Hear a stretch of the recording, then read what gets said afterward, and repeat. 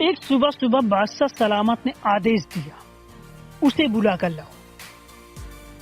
बादशाह सलामत जो है अपने महल में एक शहजादे की तरह रहते थे, क्योंकि हर चीज की सुख सुविधा थी। एक बार की बात है, वह सुबह सुबह काफी ज्यादा गुस्से में उठे और तत्काल अपने सेवकों को आदेश दिया, जाओ उसे बुला लाओ। बादशाह सलामत का क्रोध इतना ज्यादा तेज था कि किसी भी पहरेदार की हिम्मत न हुई कि आखिर किसे बुला कर लाए। पहरेदार वहां से निकल गया। आज उसके प्राण संकट में थे। वह काफी देर तक सोचता रहा, बादशाह ने किसको लाने को कहा है, किंतु वह इस पहेली को सुलझा नहीं पा रहा था। वह चक्कर आ रहा था कि आखिर बादशाह सलामत किसको बुलाने को कहा है।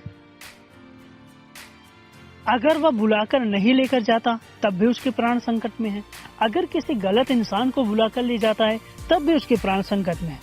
आखिर किसको बुलाकर लेकर जाएं, उसको ये समझ में नहीं आ रहा था। पहरेदार लेकिन जानता था इस समस्या का हल सिर्फ एक ही इंसान के पास हो सकता है, वह है बीरबल।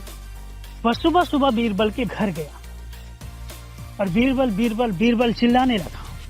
बीरबल अपने महल से बाहर आए, पहरेदार को देखा और पूछा, क्या हुआ। पहरेदार ने कहा, बीरबल की सेवा में पहरेदार अपने प्राण की रक्षा करने के लिए हाजिर है। पहरेदार बीरबल के चरणों में गिरकर रोने लगा और बीरबल से पहरेदार से पूछा, आखिर तुम्हें हुआ क्या। पहरेदार ने आज के सुबह की पूरी घटना बताई।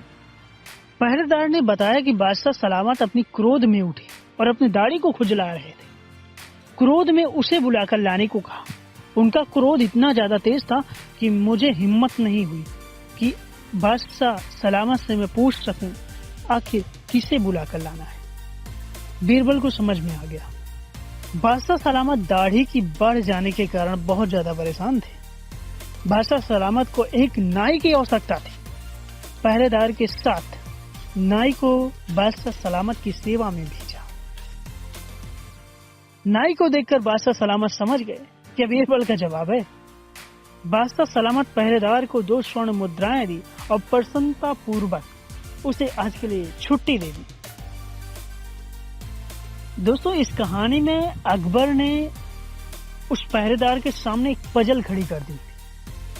अगर बीरबल अकबर की स्थिति का अंदाजा ना लगाते तो शायद क्वेश्चन का जवाब न मिल पाता, लेकिन बीरबल ने उस स्थिति का जायजा किया जो पहरेदार ने बताया, तो बीरबल को समझ में आ गया कि आखिर अकबर को एक नाई की जरूरत है। दोस्तों, हमारी लाइफ में भी छोटी छोटी समस्याएं आती हैं जो कभी कभी एक पजल से कम नहीं होती।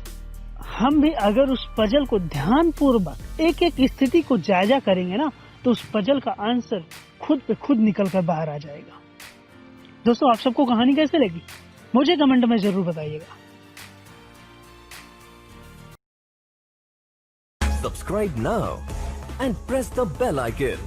Never miss an update.